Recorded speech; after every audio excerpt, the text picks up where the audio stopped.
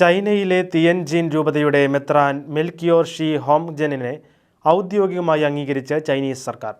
August 27-ന് ലഭിച്ച ഈ അംഗീകാരത്തിൽ Vatican സന്തോഷം രേഖപ്പെടുത്തി.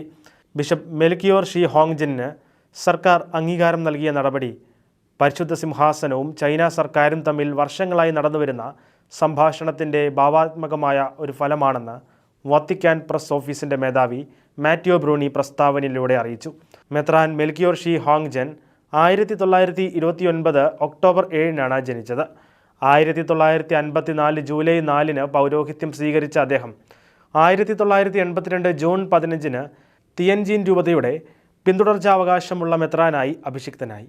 2019 ജൂൺ 8-ന് തിയൻജിൻ രൂപതയുടെ മെത്രാൻ സ്റ്റീഫൻ ലീ സിദെ മരണമടഞ്ഞതിനെ തുടർന്ന് അദ്ദേഹത്തിൻ്റെ പിൻഗാമിയായി ബിഷപ്പ് മെൽക്കിയോർ സ്ഥാനമേൽക്കുകയായിരുന്നു. പാപ്പായോടും പരിശുദ്ധ സിംഹാസനത്തോടും കൂറുപുലർത്തുന്ന കത്തോലിക്ക സഭയ്ക്ക് ചൈനയിൽ ഔദ്യോഗിക അംഗീകാരമില്ല. എന്നാൽ പാപ്പായെയും പരിശുദ്ധ സിംഹാസനത്തെയും ആദരിക്കാത്ത ദേശഭക്ത കത്തോലിക്ക സമൂഹത്തിന് അംഗീകാരമുണ്ട്.